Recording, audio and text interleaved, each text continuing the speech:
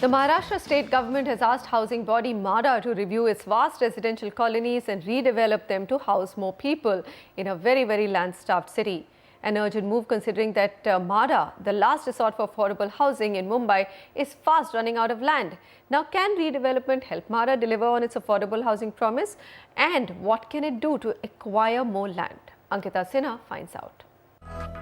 These rundown buildings are part of the Maharashtra Housing and Area Development Authority or MHADA's vast network of residential colonies spread throughout the city. These colonies provide much needed affordable housing to nearly 7 to 8 lakh people. As densely packed as they are now, this is bound to increase even further with the state government directing MHADA to review its colonies and redevelop them. There is definitely space to accommodate another 2 lakh at least houses. In those premises that MHADA has. So, which is not a very large number, but it is a substantial number. Densification of existing colonies is now the housing body's top priority as its land bank is rapidly shrinking, posing a threat to its affordable housing plans. Buying more land from the market is difficult as MHADA has to compete with private developers who are able to outbid MHADA. MHADA doesn't have land anymore. So it only has to indulge itself into reconstruction of buildings. That's the only way it can build. Otherwise, there is no vacant land with MHADA left anymore. They are unable to partake into the biddings of new lands because today every creation of every new land bank goes through private biddings, etc. And MHADA, because of its mandate, is not in a position to fight against so many private developers who can resort to different ways and means to creation of higher values, higher FSIs, premiums, etc., which MHADA can't. While MHADA might want to do it alone, they will have to keep an eye on the affordability aspect while deciding on premium and allotment of units and FSI. If the state kind of controls redevelopment projects in a manner that it makes it accessible for people who require housing in a particular, because these are public resources, these are not private resources, these are public resources. Government is putting in money also, and it's public land. It has to go for, you don't have to kind of give outright sale. Experts have also suggested unlocking land held by government agencies to help MHADA. Land banks which are currently government or semi-government holdings, whether it is armed forces or the port trust lands, etc., can be passed on to MHADA for redevelopment, because that's the only way where private developments or the concern of people that land is going into private development can be taken care of.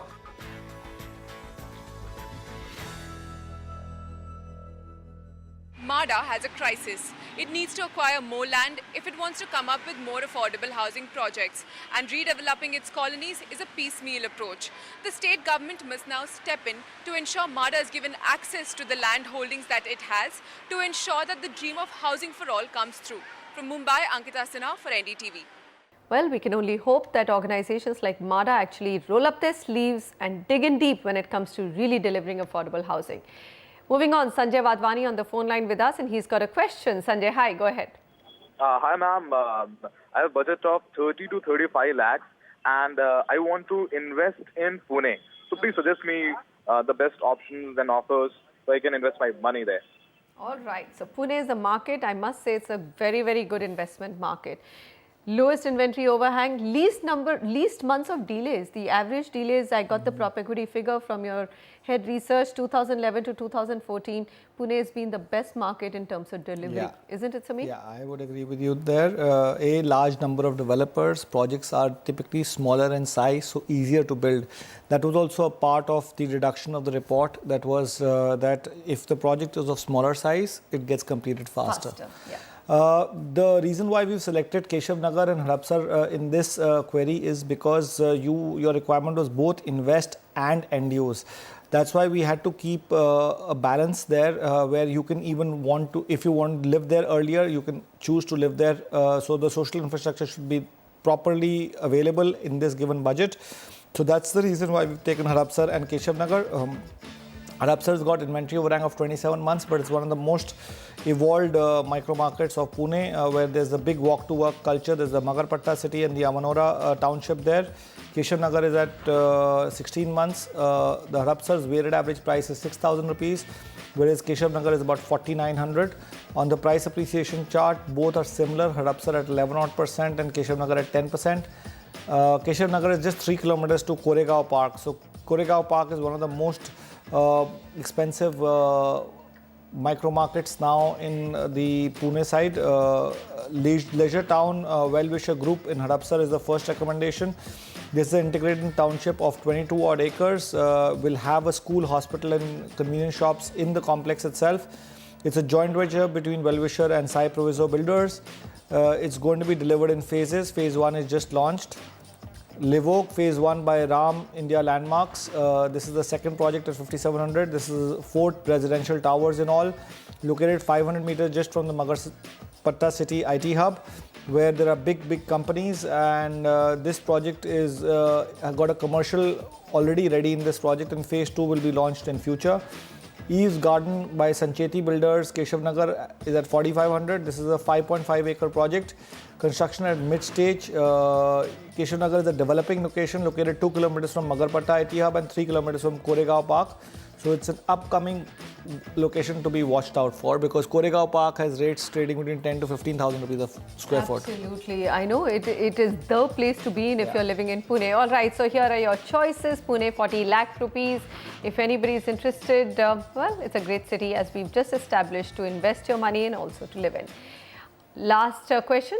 This one is from Akhil Tripathi. He says, I'd like to post a query about property in Lucknow. I'm providing my requirements, budget 35 to 40 lakhs, Lucknow anywhere within this budget in a nice locality, independent house or a 2 BHK flat. My God, independent houses, I think. So independent villas will be definitely out of the budget. It's very ambitious. A few options will be available in the outskirts, however, but we would not recommend you to go there, because markets are anyway slow. You have to be very careful that you're within an employment generation zone or in the heart of the city at this point in time, because you never know how long this cycle may last. Keeping that in mind, we've got 2 micro markets, which is the biggest one is the Vrindavan Yojana micro market, which is being developed by the government, and they've got 5,000 acres of land there, and many private developers are coming in that area to develop great condos, townships, villa developments. Inventory overhang on Rai Bareli Road is 28 months, which is where we're talking about Vrindavan Yojana. 3,200 rupees is the weighted average price of the market, and the price appreciation has been about 8.5%. Lucknow market is also, for all our other viewers, has become extremely slow. So that should be kept in mind. It was such an investor-driven market, yes, Sameer. So when investors have really gone out of the market, Lucknow has got affected. Eldigo Shubhagyam by Eldigo Infrastructure. This project is spread about 11 odd acres. It has all the basic amenities that you could want, including a big swimming pool and a large play area.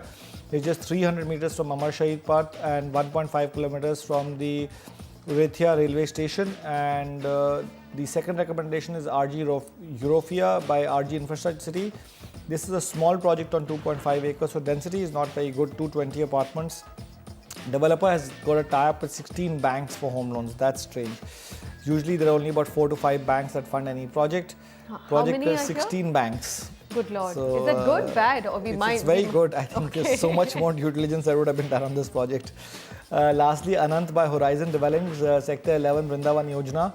This project is the cheapest out of the lot, 2,950 rupees a square foot. It's spread across 4 acres.